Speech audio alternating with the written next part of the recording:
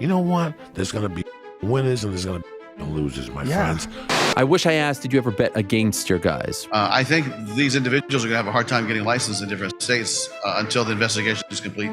Money, greed, gambling, fight-fixing allegations, and a disgraced coach. My name is Greg, and I would like to welcome you to GK, where we talk about all things boxing and MMA. Today, we'll be discussing a story that has the potential to become the biggest scandal in UFC history, so strap in because it's a lot. Of course, every story has a beginning, and this particular tale begins with one man.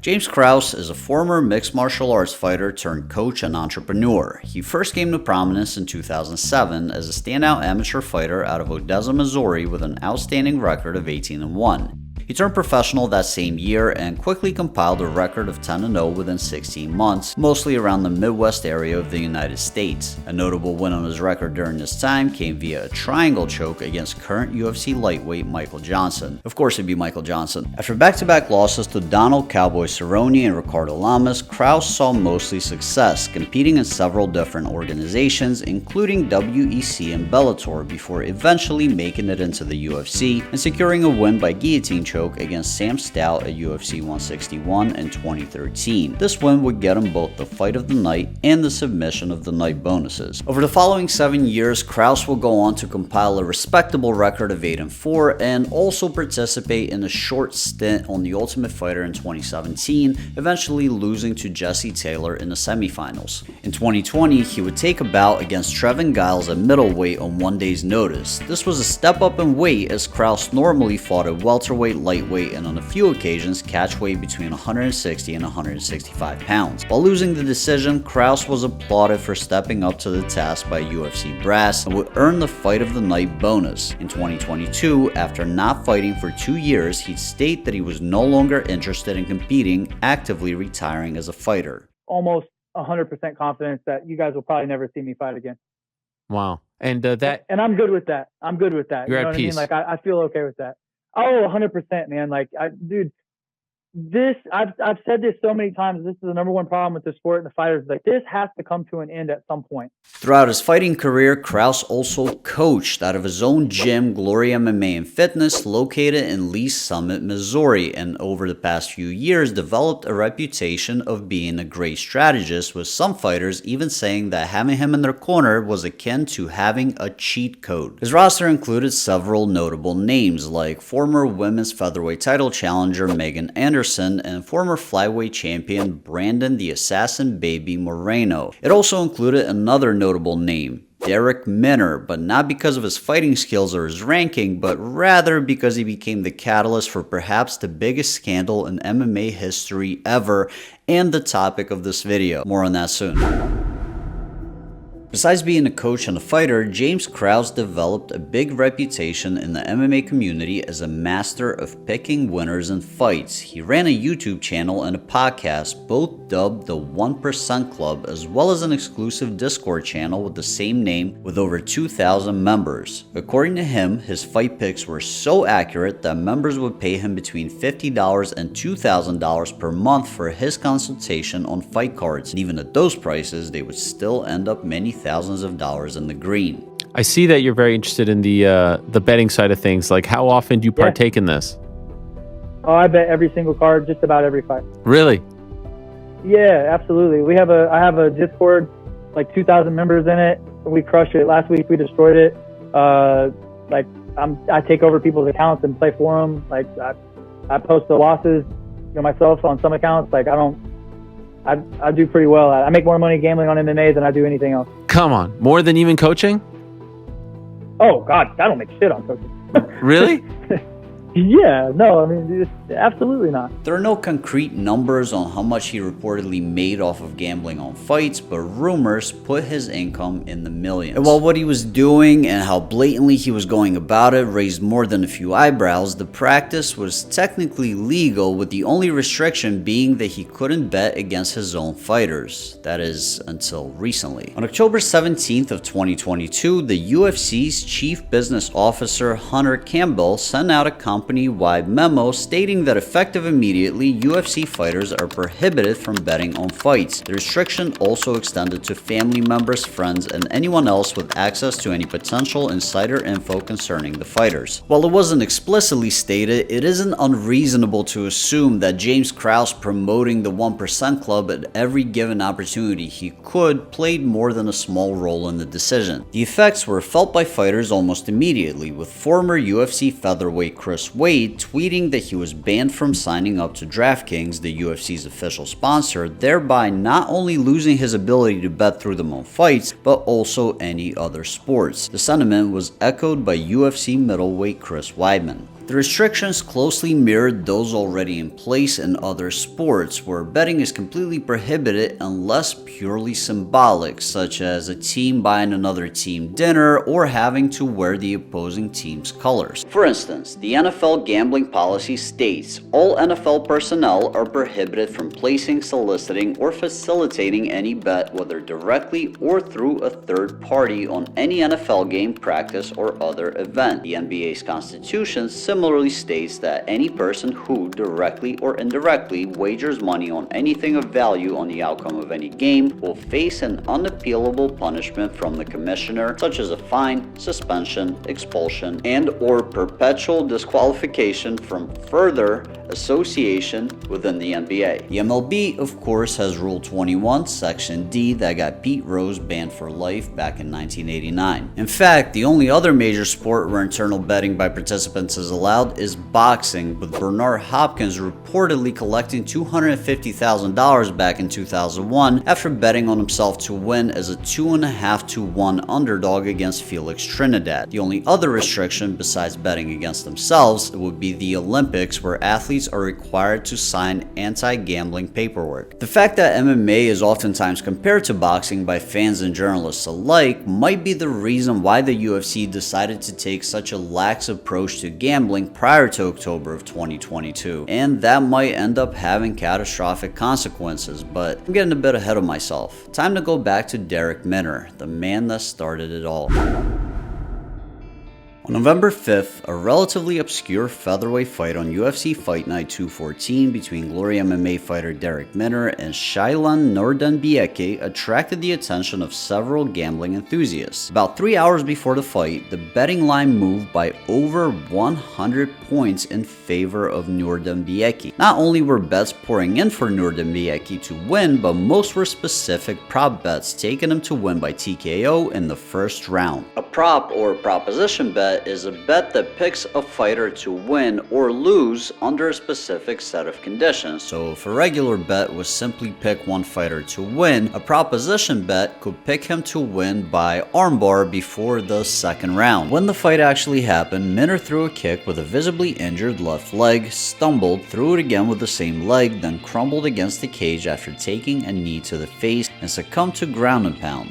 Interestingly, he didn't seem to defend himself at all during the final assault, something that was pointed out by commentator Dominic Cruz. The combination of uncharacteristically large and oddly specific last-minute bets, as well as Darrick Minner coming in injured with a horrible game plan given the circumstances, failing to fight back at all, and seemingly just giving up, as well as his coach being James Krause, a notorious gambler, triggered an investigation by UFC's betting integrity partner Don Best Sports. Rumors began to float all over the MMA circle. Some speculated that James Krause asked his injured fighter to lose in the first round on purpose so that his Discord could win big. Others claimed that only an idiot would be that blatant and Krause did not fit the description, and that Darrick Minner might have taken it upon himself to bet on the fight through third parties without the knowledge of his coach. A smaller number of people claimed that it might have been a completely unrelated person overhearing about Minner's leg and spreading the news, with Minner only competing because he wanted UFC's insurance to cover his injury, which it would if it happened during competition, and a very small minority consisting of only UFC President Dana White at the post-weigh-in scrum for UFC 281 claimed that what happened was a pure coincidence and nothing nefarious was going on at all. By the way, before I play this video for you guys, I just want to mention that I cannot find this scrum anywhere on YouTube. It almost seems like it was scrubbed scrubbed off the internet. Luckily, Ariel Helwani's MMA Hour has it as part of their great video regarding this situation. I highly recommend it, by the way. So I'll play it for you here, but just keep what I said in mind if you hear any background commentary. Yeah, I mean, this is one of those things. There's absolutely zero proof that anybody that was involved bet on it. So it's just, there was some, there was some signs out there that something was going, but there's absolutely no proof that anybody did anything wrong.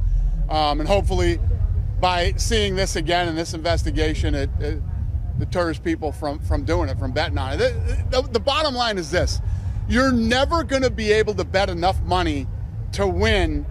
It's not worth the risk to bet on one of these fights. First of all, nobody even took the action on the fights. That's not they true. just saw that type of action was trying to come in, and Can we pause for a second? And it got shut down. On November 19th, James Krause was suspended from cornering his fighter Miles Johns. Johns ended up winning the fight regardless, and in the post-fight interview mentioned the fact that he had to fight without his coach in his corner. Now normally this would be a relatively inconsequential detail that I wouldn't even mention, but remember how I said that I couldn't find Dana's post-weigh-in scrum online anywhere? Well, let's compare the interviews posted by ESPN and by the UFC. Almost across the United States, my coach last night at the dinner table got pulled, and they said the UFC was suspending him, so he couldn't be here in my corner. So I got my pops. Almost across the United States, so I got my pops. I got my two brothers with me. Notice anything different? This is starting to feel deliberate. The same day that this fight took place, the New Jersey Division of Gaming Enforcement prohibited any sportsbook or casino from taking bets on fights that James Krause is involved with in any capacity. Given the fact that Atlantic City, New Jersey is the second largest gambling city in America next to Las Vegas, at this point it was becoming clear that this situation was a lot deeper than the misunderstanding the UFC was trying to present it as. 5 days later, the 1% Club Discord and YouTube channel will be deleted, and a week after that, Ontario Alcohol and Gaming Commission would issue a ban to gaming operators from taking and accepting UFC bets due to concerns of non-compliance with their betting integrity requirements. Said simply, they didn't fully trust the UFC's ability to prevent the fixing of fights. A day later, the Alberta Gaming, Liquor and Cannabis Commission would follow suit for similar reasons. Now let's pause here for a second, because this is extremely significant. The Canadian market is even more important to the UFC than you might think. Back in 2021, the UFC signed a 5-year sponsorship deal with DraftKings, independently valued at $350 million. Dana White called it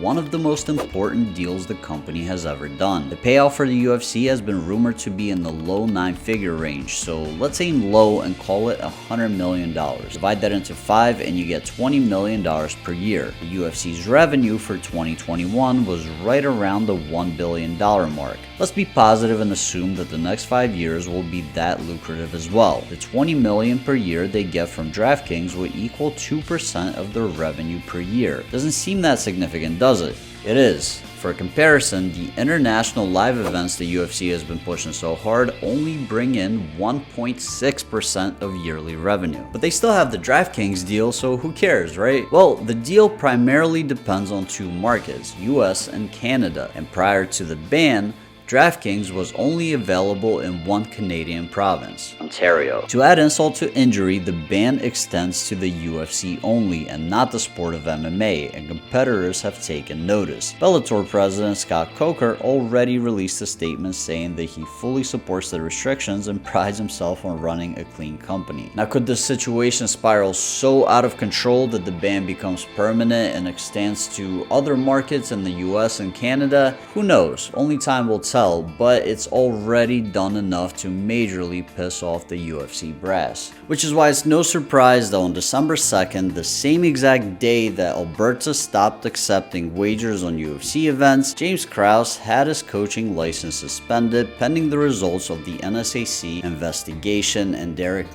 was released from the company altogether. Just a quick interjection, if you guys are enjoying this video, consider liking it and leaving a comment down below. I love interacting with viewers and it helps my video get seen by more people. And of course, if you want to see more videos like this in the future, then hit that subscribe button and hit the notification bell next to it. I would really appreciate it. Thank you. Now back to business.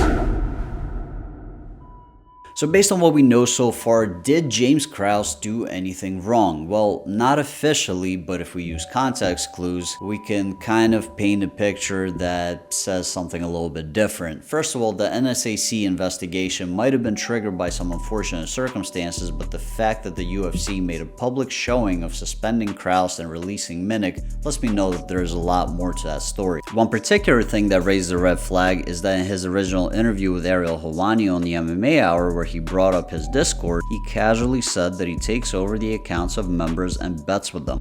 I take over people's accounts and play for them. Like I post the losses myself on some accounts. Not only does that violate the terms of service of most sports books, but it also provides him with a loophole to potentially bet against his own fighters through a third party, effectively fixing fights. Of course, if that's what he was looking to do, he could just ask somebody to do it for him, but this effectively eliminates any sort of paper trail. There's also the rumor of an FBI investigation and the seizing of devices. While unconfirmed, it has been stated as fact by several fighters and figures within the MMA community, so much so that Dana White himself had been asked to address it recently and declined to comment. The fact that Krause has been shutting down his social media and opted to sell his stake in Glory MMA to his acquaintance and Fighting Alliance Championship owner and Iridium Sports agent Joe Wooster amidst the investigation as well almost seems like an unofficial admission of guilt. If I were a betting man, I'd say that all signs point to foul play. So how plausible is fight fixing in the UFC? Well, Dana White, reneging on his initial opinion at the UFC 281 post-weigh-in scrum, called it a huge concern to ESPN's Brett Okamoto, and it has happened on at least one other occasion prior to the Minnick fight. November 28th of 2015, at UFC Fight Night 79, Tae Hyun Bang reportedly put roughly $45,000 on his opponent, Leo Kuntz, to win. Bizarrely, Bang would go on to win the fight. 2 years later, he would be sentenced to 10 months in prison in South Korea for fight-fixing charges. Allegedly, he was approached by a criminal party and asked to throw the fight against Kuntz. Said party put around $2 million on Kuntz and gave Bang $90,000 for his participation. Bang decided to put half of his purse on his opponent, but after being approached by the UFC over strange betting line fluctuations, changed his mind. After receiving death threats, he confessed to his crime. There was also the situation with PFL back in April. A pre-recorded event was marketed as live, and several sportsbooks, including DraftKings, reportedly took significant bets, possibly from people who already knew the results.